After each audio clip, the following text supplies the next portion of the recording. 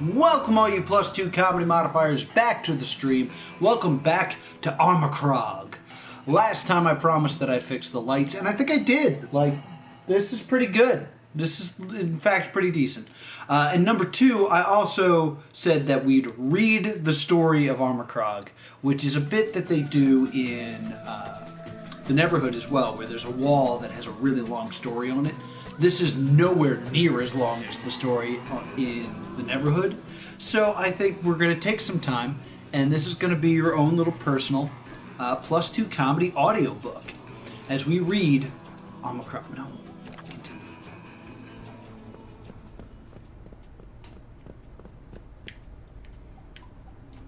Turn the light back on so I can read.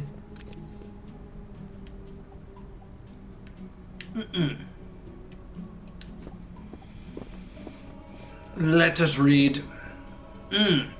Blank Miner. For 7 years I did not see Miva. We'll say Miva. Though I heard her name in passing. I did not love her, because I did not know her by name, but I loved her presence in the universe, her person. Even if she knew me, she could not love me, for I was unlovable. Back in the mine, she was spared the worst of me. Though Miva would come to be the focus of my desire, my attraction to her could not be expressed by the brute that I was. I was but a few steps up from an animal, yet my desire for her was beyond anything I knew or loved. It was worship.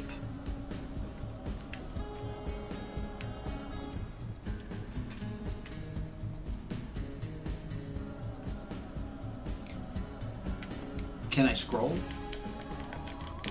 Let me try other buttons. No. There we go. It's like a weird drag mechanic I gotta do with the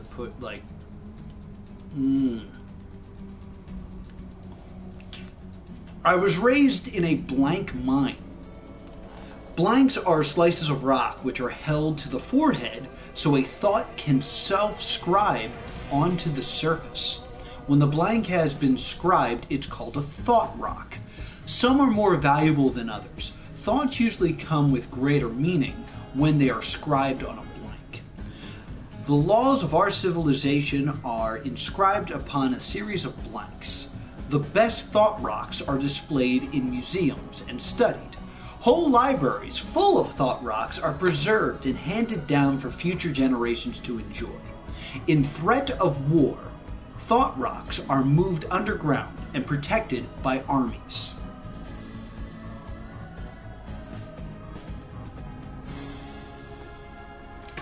This is the best we're going to be able to do, I'm sorry. While thought rocks are important, mere blanks are considered mundane. They are inexpensive to mine, in part because the labor to mine them is cheap.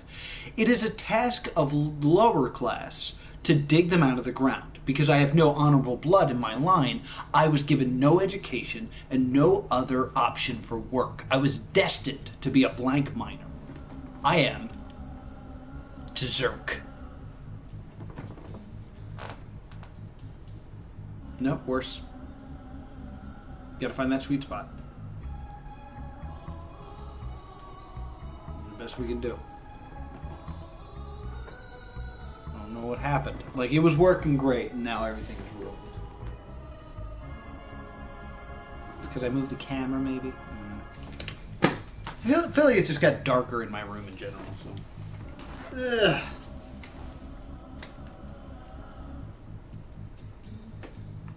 Still screwing with the lights. You got a little bonus light screwing.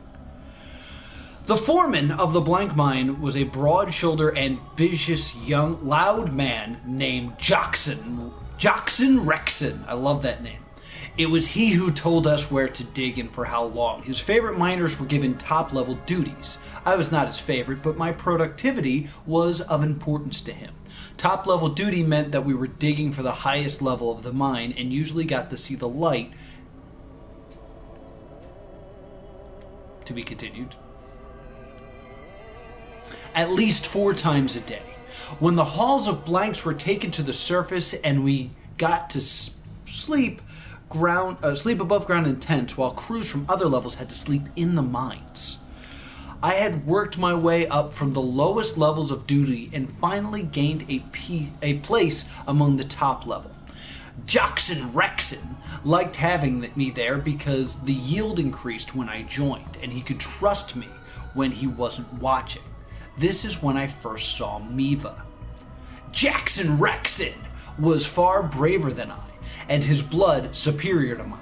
He came from an intimidating level of education and power, so of course she would willingly be his. Every day he would come to work and speak of the beautiful Miva. At first, I was disinterested, but the more he talked to her, the more my interest grew.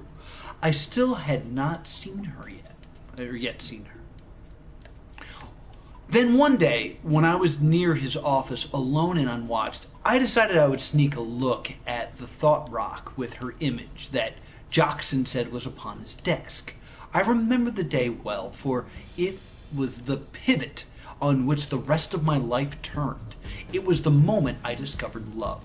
The office was dusty and cluttered, and piles of thought rocks. Natural light streamed in through a single hole in the ceiling. A perk of being a foreman of this mind. And bathed in that light of the thought rock was Melva's face inscribed upon it. It was like a creature waking from hibernation. I stood stunned, unable to move. Her beauty was beyond anything I could have ever thought. I would have gladly given 1,000 days in the surface light to meet her face to face, and her features were wondrous. I studied every detail. Approaching footsteps interrupted my trance. I put the state back on the desk and pressed my back against the wall behind a stack of thought rocks. Jackson Rexon entered, walking right past me. He went to the stack of thought rocks at the back of the office and began searching through them. In his moment of distraction, I fled unnoticed.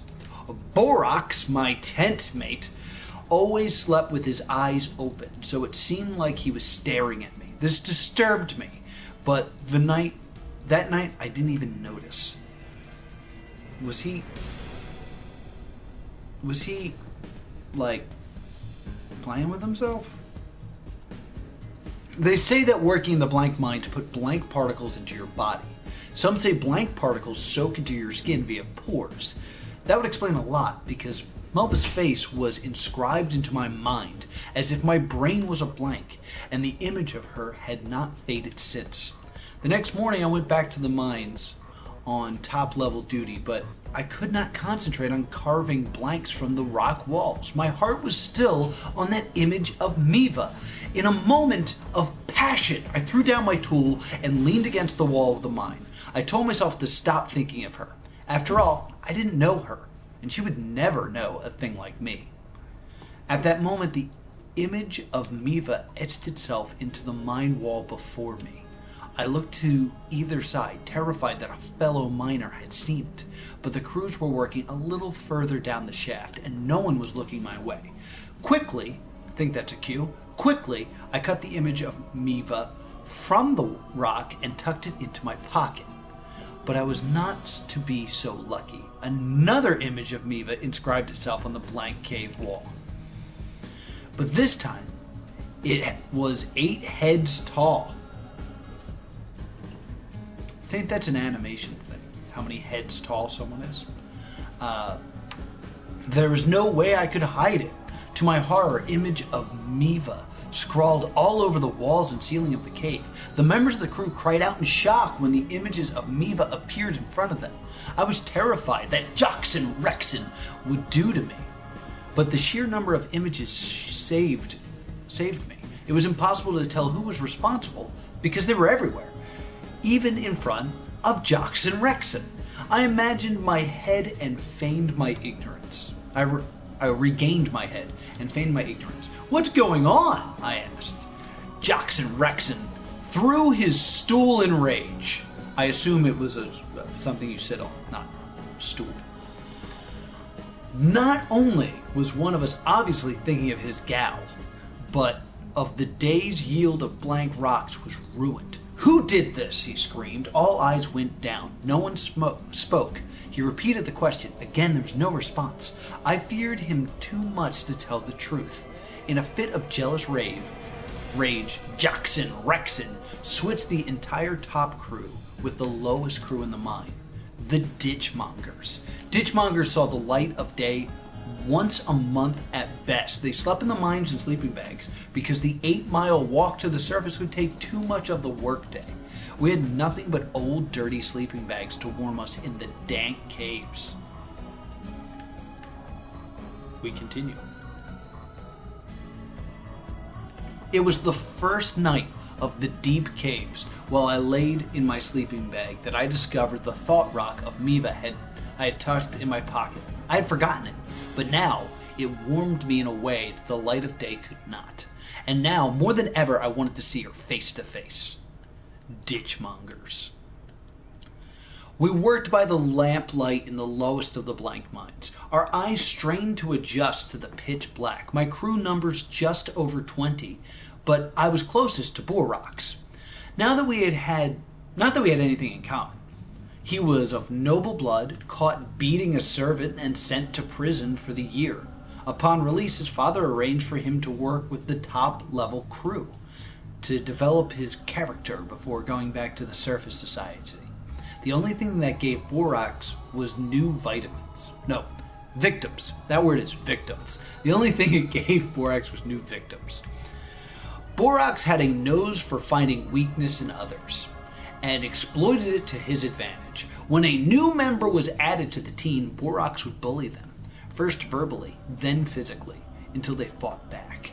It was how he tested them, how he found their breaking point. Even though I was the lowest of the low, he never attacked me. At the time, I didn't know why. I now think it's because we were assigned together as tent mates while on the top level. Borok's probably thought it was unwise to create strife with a person in which he shared sleeping quarters. Now demoted to ditchmongers, sleeping in open caves, Borok's assertions of abuse towards me continued. Absence? Yeah, I think that's what that word is. Some members of the crew were captured in the Wantani Desert and sold to the mine as slaves.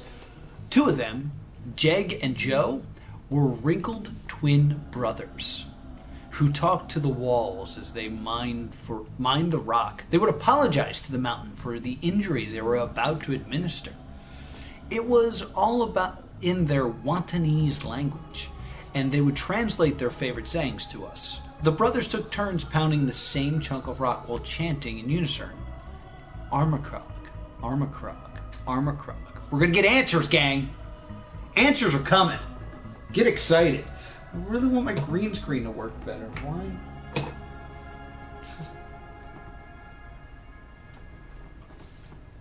Sorry.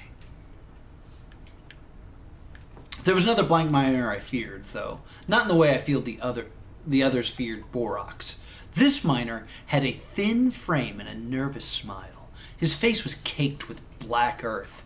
His smile exposed jagged, yellow teeth. To be near him was akin to walking past an open grave at night. His name was Weave. I like that name. My first assignment as a ditchmonger was to work side by side with Weave in a narrow shaft. The blanks were stacked on a hoist, which, when fully loaded, was pulled up and out of the shaft, unloaded by the others, and then lowered again to us. This was the first time I had worked alongside Weave, and it was unnerving. He would mumble all day long, using my name as if we were having a conversation. Turks. You working long? Yes, Turks, work long.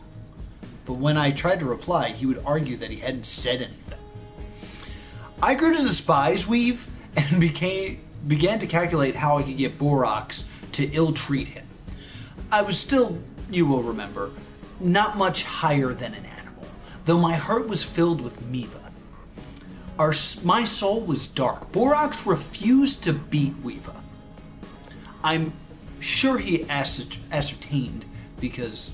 Oh, I'm sure he abstained, I'm good at reading, because he did not like the idea of doing so, because it was my idea. After 2 weeks of working alongside Weave, I was desperate to be rid of him. It was then I decided to ask the Abominate? The Abominate. Alright. Since he worked chained to a steel ball. Oh my god. Is this the Abomination from The Bridge? Call back. Since he was chained to a steel ball, each member of the crew had to take turns carrying his lunchtime meal to him. As luck would have it, it was my turn. I approached the Abominate and set the food down on the ground, just barely within his reach. He did not look at me or acknowledge my presence. His massive form was seated on the cave floor, turned away from me. I waited a moment, my words faltering, for my mind was taken in on the mystery of this creature. Finally, I swallowed and whispered, "I need a favor." "No." The voice was like a deep rumble. "But you don't even know what I will not kill for you. Not Weave, not anyone." Damn. His words disarmed me. I had expected an oaf, an idiot, but he was well spoken. His appearance did not match his speech.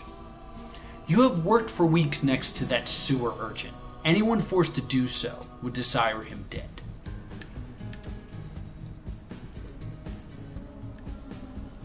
The Abominate was not done. He turned his ugly face towards me. His eyes seemed to drill deep into me. "I know why your crew is working as ditchmongers. It's your fault. It was you whose mind etched Miva's face onto the mine walls." A bolt of horror struck me. My knees felt weak and I nearly collapsed. How could he know? He had been chained to this steel ball in the deepest mines for years. I wanted to lie, but what was the use? Would that have been? Even if I were only guessing, the expression on my face would have already confessed. "Your secret will be well kept with me." "Why?" I stammered. "Because it is a secret of love." The Abominate got up and came over to where I had set the food. Instinctively, I took a step back from the massive form towering over me. Perhaps it was because he promised to keep my secret that I felt I could ask him a question about himself. "Is it true what they say about your wife?" Rage exploded across his face. A bellow of anger burst from his lips that sounded like 100 wild animals. His hand snapped out towards me before I could act, had encircled my head. Yet they did not touch my skin. There was murder in his eyes. "Ask me about my wife again, and I'll eat your corpse before it cools." Yum! Hey, the green screen got better somehow. He turned away from me and I fled. To strike a mountain. I think this is slowly getting darker as I'm scrolling. Awake in my sleeping bag, through squinting eyes, I see Burak's face, his eyes wide, but sleeping. Always sleeping with those wide eyes. Out of my sack, on my undergarments, work robe, and pill hat. My chest is soaked from a dream sweat. I had been running in the dream. Was I being pursued? I cannot remember. Some of the others were stirring. A stench fills the air from a bedpan used during the night. Ew. I choke on the foul odor. Walking down the mine shaft to our last work area, I hear only my own footsteps. My own footfalls? Okay. And the distant moan of bellowing forced air down into the lowest circle of hell. My coarse, cracked fingers clutched my pitch handle, lamplight illuminating a circle before me. The screen is definitely getting darker over time. My free hand skims the wall as I walk, bouncing over roughly hewn rock. There are 800 miners, but not a sound of hammering on the mountain walls. I will be the first. Today my hammer will be the first. I rear back with my tool, my mighty weapon, the one that galls at mountains, that fells them. I strike the wall, and my life is changed forever. The heart of the mountain. The rock face spits before my pick, and I am stuck. I'm struck. Not my body. My being is struck. My very soul. I tether away from the wall, pulling out a foot to steady myself. Putting out a foot to steady myself. My hand goes to my chest, which I did instinctively, rubbing the plate that covers my internal workings. I guess he's a robot. But why? My soul cannot reside there, for it is immaterial. Did not expect him to be a robot. Lamplight from my helmet casts wild on the shadows along the rock wall. Suddenly my vision is filled with purple mass, a purple ball of fuzz held in the crevice of the rock. Reaching in with my bare hands, my fingers sink into the hairy surface. It's the size of my fist. It's pulsating, beating. I fall into the wall, like diving into a pool. I am weightless. I'm looking back at the surface. I'm looking back at myself. I am looking back at Terzuk, my arm outstretched, hand gripping the new me. Terzuk's face is blank. My old body falls limp on the ground. His helmet rolls across the floor and bumps against the wall. The lamp flickers. I am the mountain. Alright, this is getting weird. This is what it is to be the mountain. My feet go deep into the planet's surface. I do not feel large, for the sky above me is wide and deep. I feel small. Clouds encircle me. They are a shroud over my shoulders, a garland around my head.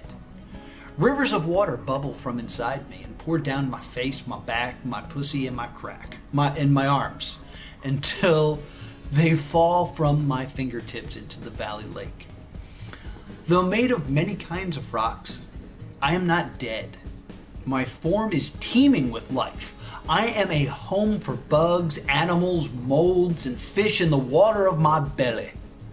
The assortment of greens that course in and out of me is beyond count. The roots conspire with the water to split me open and give them ground. They take it back from elsewhere. My mind takes an array of mined passages to cut into me. The miners have cut them. The ants burrowing from the surface have come down. Downward I search the tunnels, but what am I seeking? My mind rests upon the lowest crew, the ditchmongers. I see one lying on the cave floor. He seems to be a long-forgotten memory, a vision of something from a millennia ago. Then I know it's my body. But what was my name? The ditchmongers are coming. They are coming with their tools to work. They will find the fallen body. They will bury it because it is dead. A decision must be made. Do I remain as I am, or do I return to what I was? Miva. I will go back for that name. Though I know she will not visit the mountain, she will not know it is me. If only I could make her into the mountain to stand alongside me. You kinda did, pal. How we would tower over the heavens together. Our roots would entangle and we would face storms together. Our unfailing bodies would endure together forever. But if she never comes, I will never meet her. A rage burns inside my person. I feel lava. Lava makes more sense. Bubbling in the bowels of my foundation. If remaining here means being isolated from Miva, then curse this mountain. I must return to my old frail worm of a mortal body. What was the name? Rukt? Zekert? Kurtzy? Alright, so he's messing up his own name now, despite the fact that it's written. Despite the fact that it's written, he's now messing up his own name. So something, I don't know, this is kind of suspicious to me.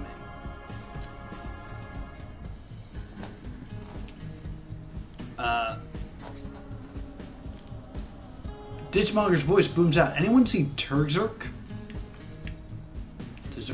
Terzuk. That was my name. The ditchmonger crew is coming. They will find my body on the ground, assume I had been killed by the mountain, or by the one whose touch is death. They will bury my body, and I will be trapped here.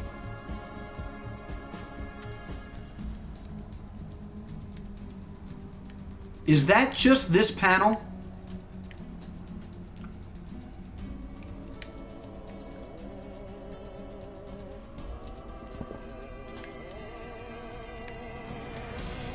This is going to be... Oh, this might be a 2 or 3 parter of me reading this. Holy crap.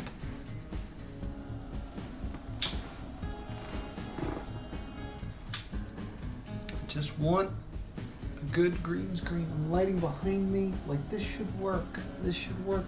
I think it's too hot. I think maybe... No, maybe if I don't know what to do.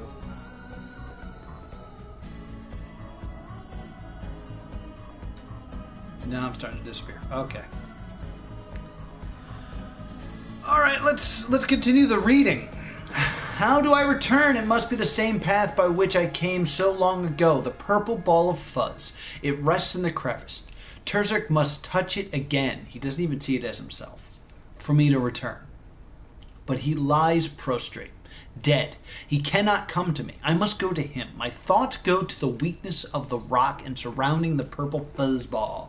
With a small effort, I split the slab of rock free. It shatters on the cave floor, sending a shower of rock across Terzuk's body. With it, the fuzzball is carried until it touches Terzuk.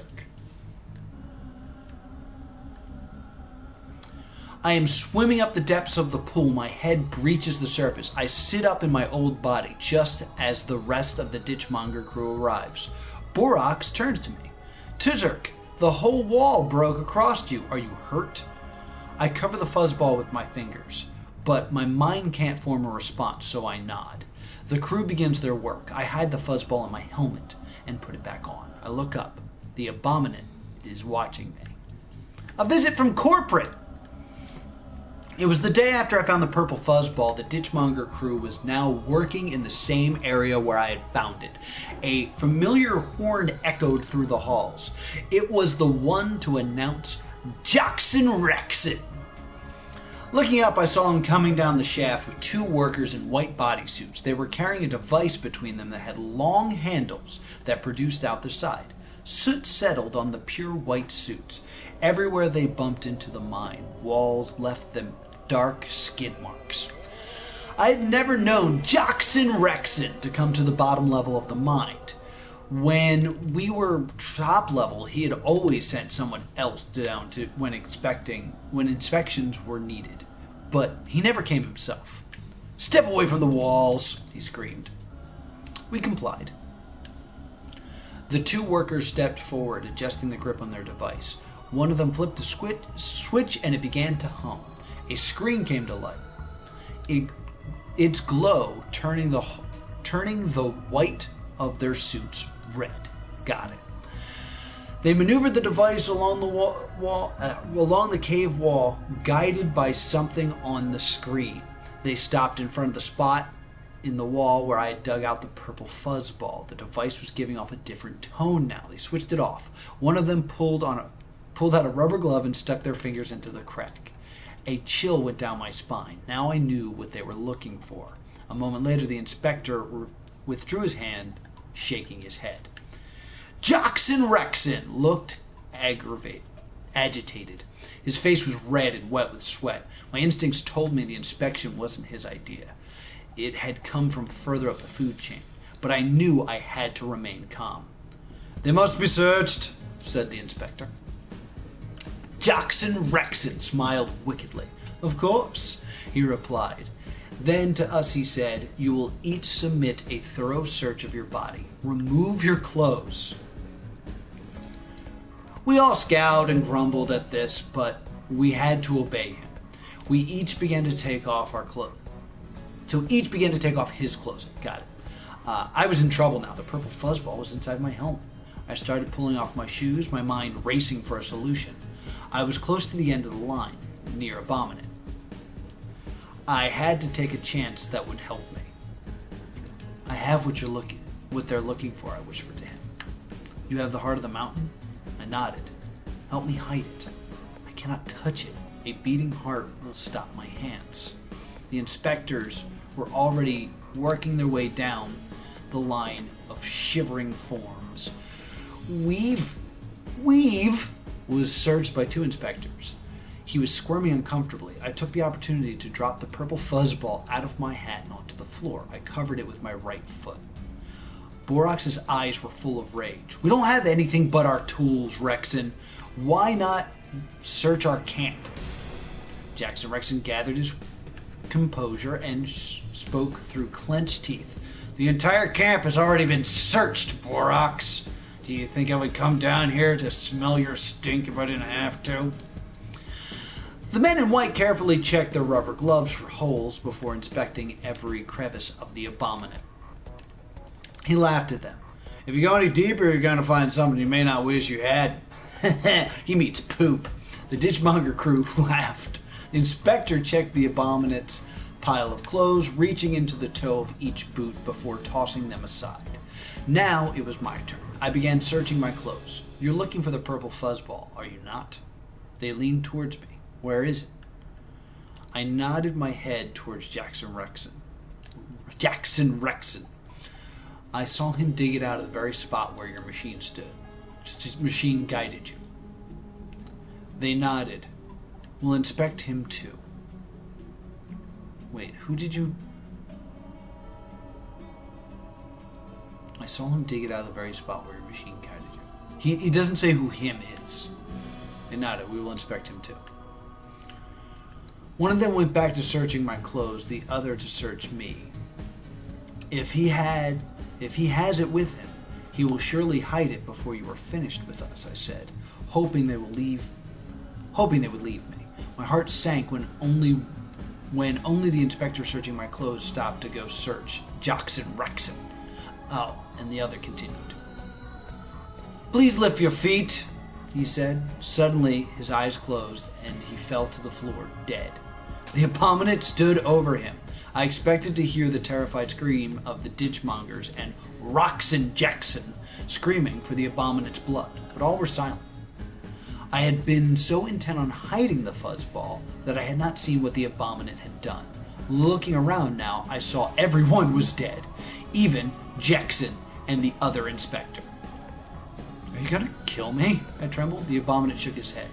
They would have killed us all, even if you gave it to them. Now a gift. Now a gift! The abominate splayed his hand open against the wall using a pickaxe.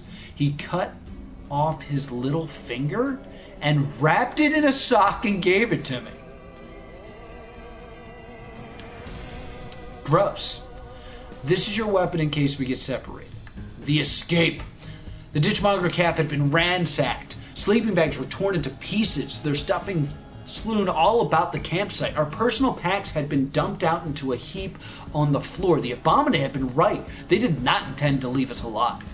Weave had owned, who's dead now, a spare headlamp, which he had used as a reading light. I tried to locate it in the mix-up of heap of our belongings. There was a picture of a child between 2 proud parents. Perhaps this was Weave when he was younger. He was smiling in the picture, and he had a ball. My hand touched something hairy and warm, but lifeless. It was a dead Krat, but still soft. Rigor had not yet set in. Rigor had not, as in rigor mortis, I assume. I got a knot in my hair. Weave had carried the animal like it was a child. Apparently the men in white suits didn't feel the same. I found Weave's headlamp and put it in my pocket. Looking over the camp, I was stunned by the lack of belongings. There wasn't much of the inspectors to ransack. All of our life spent in the mine, but for what? What was this purple thing hidden in my helmet? Those who did this did not just see us as miners digging the mountain. They saw us as nothing. They thought of us as expendable, and we were all used up. Passing into the main hub that led to the mezzanine level, I saw crews of miners interrogated by more white suits. Every level of management at the mine assisted them in searching, going through the tents, even the bedpans. Gross. The men in white suits were so preoccupied with searching workers, they didn't even notice me. A siren sounded, starting deep in the mine and making its way up to the top level. They found the dead bodies. The entire mine was on lockdown. Men in white suits produced weapons out of their coat pockets and strapped them to their hands, like the Gray. The weapons looked like a mechanical joint with a needle on the end that folded out of the palm. So, Ezio. A white-suited inspector shouted for me to get down on my stomach. My instincts told me to run, but I was scared. I hugged the ground. They kicked my knees apart, still shouting. Then I remember the Abominate's gift. When the white suit turned away for a moment, I pulled out the bloody, soiled sock the Abominate gave me and folded back... Hi! Folded back the cloth to expose the severed finger inside. I put the severed finger against his boot and ran it up his leg until they met flesh. He dropped to the ground like a rag doll. I carefully unstrapped the needle device from his palm and put it on my own. When the hand closed to a fist, the needle retracted into the palm, so it did not harm the wielder. But when the hand was open, the mechanical arm stretched out of the palm was about 8 inches. The needle produced was brown and stripped, like a stinger of a wasp. I got up and ran. Some white suits I ran past. That is not a complete sentence. Some white suits I ran past. Okay. Others I stung with the needle before they even saw me. I killed many with the Abominate's finger. It was not physically difficult to kill. My conscience was what was difficult to overcome. I have never been in the position in where my life was demanded of me, where the only way I could survive was to kill, but my soul was troubled by killing so many. I was right to kill a few in self-defense, but was I right to kill 100 in my attempt to escape? As I reached the higher levels, I saw fewer inspectors and more soldiers. These were military men, owned by the state. They demanded total competence from even the men in white suits. I'm getting parched. We're still going here. One of the men in white did not clearly hear an order given to him, so he asked for clarification. The soldier smacked him to the ground with the butt of his weapon. I heard them coming. I threw Weave's spare headlamp down the hall and doused my own. I got down on the ground, stretching out my flat side. I guess he turned it off. Like I was dead. The soldiers marched past me to inspect the decoy lamp. By the time they reached it, I was gone. I was very near the surface now. I don't know where the abomination is. The Abominate, or whatever. I took cover against the wall, out of reach of the swirl of spotlights. I looked down at the needle weapon in my hand and decided not to use it again. I did not need to have the needle weapon when I also had the Abominate's finger. A platoon of soldiers was hopping off a hover vehicle and marched away in the direction I had come. It was strange to think these inspectors and military had all been so close at hand. Then I put it all together. The mining company was not really interested in mining blank rock. Otherwise, they wouldn't have dug so deep. There were plenty close to the surface to the mine for years. They had dug deep and in so many directions looking for what I now had hidden in my helmet, the heart of the mountain. The last of the soldiers disappeared down the shaft and I slipped underneath the hover vehicle and found a plate in its working. I could climb and found a place in its workings I could climb onto. Got it. The hover vehicle moved on. After some time, I emerged onto the surface. It was night, so there was no sun to greet me, but even the cool, fresh air felt wonderful. I was free of the mine. I think we got time for one more section, and then next week will also be a reading stream.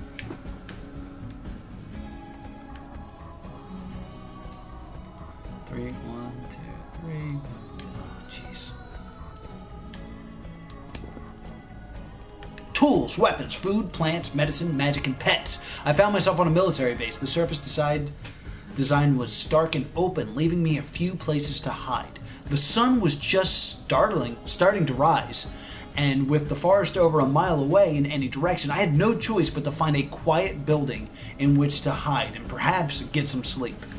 There were over 50 buildings, some teeming with activities and others unused. I cracked the door to the closest building that seemed unoccupied and went inside. The interior was dark. The rooms had row upon rows of shelving. The only light came in through the opaque windows that left a faint orange haze from the rising suns. Suns, too. Nobody could see through these windows. I smelled food. This was not the mere gruel that we were served in the blank mines. These were special items that were probably reserved for top-ranking military personnel. I found the markings for the chip buddy on the shelf. Chip buddy? On the shelf. There were slices of bread scraps gleaned from a fryer and deep-fried roots ready to be combined. There were slices of dried, degrassed cheese backed on a flattened dough. It was stored on top of a big bowl of compote, smothered in curry. There was a bowl of guacamole made of manica dough and the usual boxes of Wexar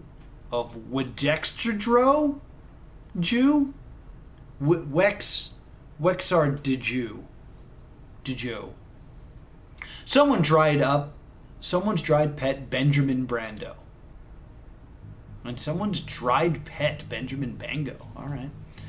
A tin can sported a green beard.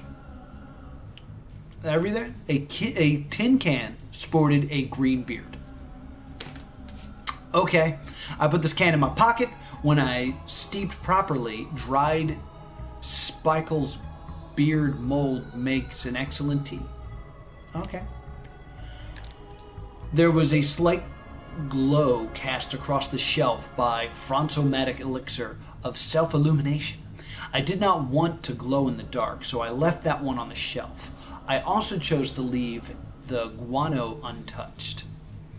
It was also good not to touch guano, especially when it's cold. Note. Don't touch it when it's cold. A medicine cabinet held Grobuch juice. And while I hope you're taking notes, and while I could use some short-term invisibility just about now, good to know, it was against my code of conduct to use a product created by the Grobo regime. I picked up bottles of Microsense Majesty, but it was empty. Just my luck. I placed the Num towel on my forehead and quickly bring a little piece of comfort to my nerves. When I leaned my head against the shelf, I knocked over a portion of planka? I don't know. Not really my thing, so I left the bottle where it fell. I took some Kayla medicine that helped my aching feet. Further into the building, I heard the scuttle of animals in cages. Each animal had wires produced from their body. At the time, I didn't know why, but I'm sure the wires were probably used to harvest the diverse animal energy. This was a Denrus, a Furukatsin, an orange cat useful for distractions in battles. All right, a mated pair of Gelisaur, and a Givtone. I added letters to that. A Novamus, also known as a Novi, looked cuddly enough, but I didn't trust me enough to let me pet it. One cage held a tiny three-eared rabbit, and it was labeled Johnny Horse. Johnny Horse. A rusty cage held a hungry gumplin, an exclusively white tuffled bed devil. A weary dog-eyed Sof ran in circles in its cage, while a flat-faced tentacled mane Capel Kraken blinked his eye. A spring-powered servant called Judith Butler fed the inhabitants of his cages. I wonder if this is a Kickstarter thing. Just throwing that out there. One of the animals, labeled Artemis, and there were burned marks all along the door of its enclosure. Next to it was a caged feral mooncat who kept howling, "I am Oscarin." No. Oscarina. Whatever. There was a neglected cage of animals called a Snookit, Wagashina, and Remy. They looked malnourished, so I threw handfuls of food at them. I realized how bright the room had grown with the rising suns. If anyone came into this building, it would be hard to hide. I needed to find a place to hide and sleep until nightfall. I pulled down a painting of a black hole and set it on the magnificent monotone mandolin. When I lifted the painting, the triple M was gone. Okay. But there was enough space cleared on the shelf for me to lay down. I squeezed into the shelf. A tool belt hung down, hiding me. It had a cheese fork, a cool splot, an eye of assertion, and a hobby hawks, 2 MacGuffins, an oily flogskin croak, and a panic button. This is the worst Mad Lib I've ever read. My eyes drooped closed and I dreamt of a digital resume set. In my dreams I could see a floating spectrals. Space never looked more broad and full of adventure than in this deep sleep state. It was as if I was looking at an altered light of R.G. Babam. I found a pile of dirt and standing digging with a tectonic universal extractor, or a TUE. Though I was speaking, my words were not being heard by anyone. It was like I was speaking into a tail box, or perhaps I had been hit with a procrastinator ray. My hands were as cold as the 7th ring of Eureka, so I used the tinder cog to warm them. A Zugzu took me back in time 30 seconds, but I was just back to digging in the dirt. Something came down on my head with a loud snap. I reached out my dream hand and stopped a stick from hitting me again. I read the carving on the stick's bark. Depril of oddly shaped sticks of 823 37th wax. This was weird because it only hit me once, and it did not appear to be very oddly shaped. This was turning into less of a stellar dream. I used the Elkler to smack myself in the face and wake up. This might have been a bad idea to read all this. This is a bad idea to read all this. When I awoke from my blissful slumber, the suns were going down. Again, more than one sun. The room was taking on a cooler hue. I crawled out from the shelf. I reached into my pocket and felt the sock with the abominate's finger. I considered taking more weapons from the building. There were... oh, good. More fucking words. There were clastridge tongs, a Marjorie, a Maderer. My axe fighting is terrible. A Nuvis shield, an Obstragaton, a sandwich bazooka. I will regret not picking this up if I ever need to kill a sandwich. Good joke. The repulsion shield and a Yarborough.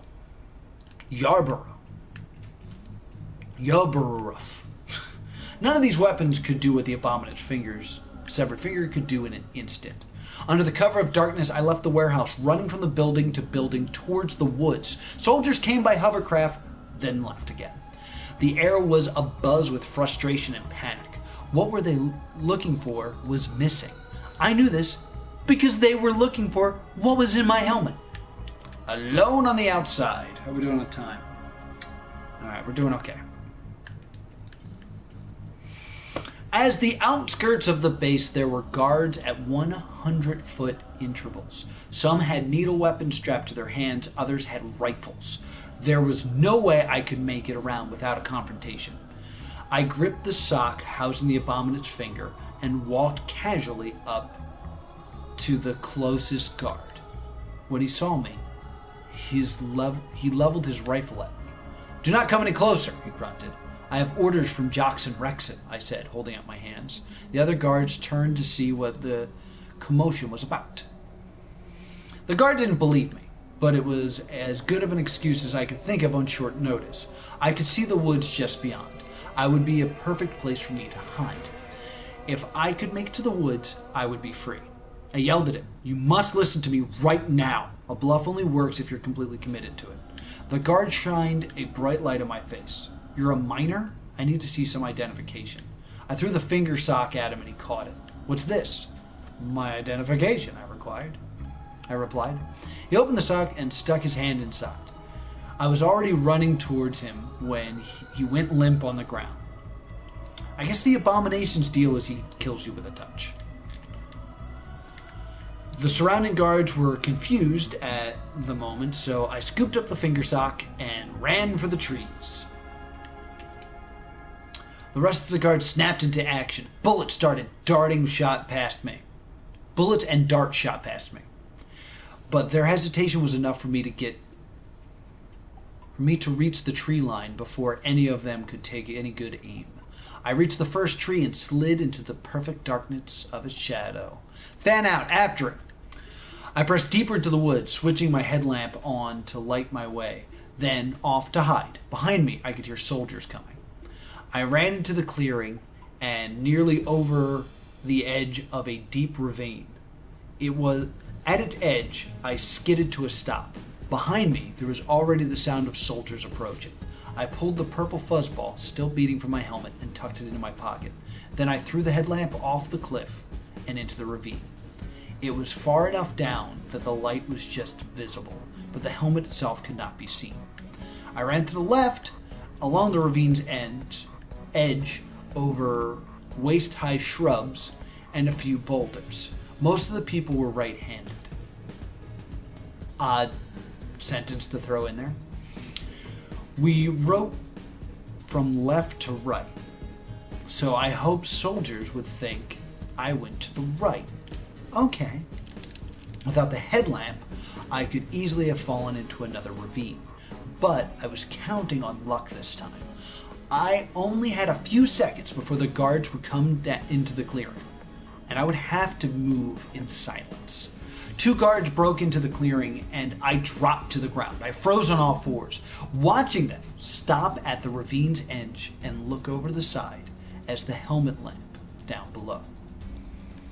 My lungs were dying for air, but I had to breathe slowly to keep from being heard. The first one said, "Did he fall? The light's not moving." I was crawling away from them as the second guard said, "He either fell or he's trying to get us to think he fell." They decided that I fell. Oh, I could have used the other stick the whole time. They decided that if I fell, I would be too injured to get away. So they fanned out to search the area in case I hadn't fallen. That's pretty smart. The soldiers may not have been fooled by my trick, but they did not have the confidence of their convictions on their hunt. They did not confirm that I did not fall, yet it galled in the back of their mind that I might yet be down there. Still, they had lamps and I did not. They split up, the first guard heading away from me to their left, the second guard towards me. On my belly in the grass, I waited for the second guard to pass. As he chunked through the grass, he scared up insects and chipmunks who ran ahead of him. Just as he passed me, I hopped up and touched him in the back of his neck with a finger. He dropped silently to the ground. This would be a great video game. I stayed down low, hoping to get out of the clearing and back into the cover of wood. My eyes adjusted to the darkness. It was practically bright compared to the darkness I was used to in the mines. In the silence of those woods, every tree crack, every blade of grass that turned into a slight breeze could be heard. Yet, I did not hear the hooved beast of the hulking white stag that stood before me. Jackson Rexit described the beast as a monster. This was the Ilk, a mythological creature that had evaded hunters for generations. He had a huge rack of horns, but he did not have fur like the other Ilk.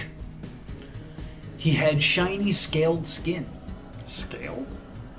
That made him repulsive to his own kind. Aww. There is some supernatural way inside of him that produces bolts of electricity when he finds another of his kind that he likes. Therefore, he cannot find love. He cannot find friendship. His family had abandoned him. He was the greatest symbol of broken hearts, and by the looks of him, was a powerful creature not to be trifled with. The Ilk bowed its head to me. The horns came down to my face, and I could see tiny pops and ripples of electricity between the spikes. I can't explain how I knew this, but he was seeking revenge on Jackson Rexit. He intended to break the heart of my ex-boss. The Elk turned and leapt into the woods as if to have me follow. As soon as he disappeared into the darkness, I could hear the clamoring of more guards entering the clearing behind me. There were 3 guards. They ran to the ravine and fanned out. One tripped on the body of the first guard and called out to the others. I dove into a pile of leaves, burying myself in them. It would have been a terrible hiding place in daylight, but in the darkness of the night, it would suffice. They all took off in wrong directions, assuming they were on my trail. Once the sound of receding footsteps grew silent, I crawled out of the leaves and continued to the right, after the Ilk disappeared into the woods. It was then in the darkness that I was seized by a terrible loneliness. Truly, I was no more free stumbling through these woods than I had been in the mine. The image of Miva came back to me. But it was not a comfort to me. My heart was sick. Nobody loved me, and I loved nobody. Or no one. I had seen hog dogs that were more loved than I. Would I ever know love? Someone save me. Find me. Love me. Tease me. Thrill me. Kill me. So that was an hour of reading. If anyone's in the chat, say hi. I hope you enjoyed an hour of reading. We are 3/8 through this story. And I'm not going to read anymore today. But I'm going to read all of it. We've already started down this path. I'm interested in the story. I don't know how much it's going to affect things. In the Neverhood, when they had this thing, it was probably 10 or 20 times longer than this. And in the instruction manual, there was like a list of hints. And the last list of questions, commonly asked questions. And the very last one was, I read everything in the Hall of Records. Were there any hints in there? And the response was, gosh, no. That was probably a waste of time. But it did provide like super lore and backstory, like high fantasy levels of backstory. So I'm interested. Maybe this is Tzurk. Are you Tzurk? A small room is a tall room, depending on where you put the floor. Nope. Maybe we'll find out next time. So next time we are starting with the 4th pillar, I'll probably only get to hear. This is probably going to be 3 episodes of reading.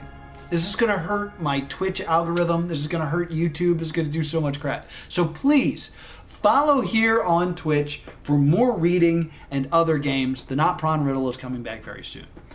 If probably already back if you're watching this on YouTube. So be sure to subscribe to +2 Comedy Gaming on YouTube, as this is part of the rebrand and new stuff coming up.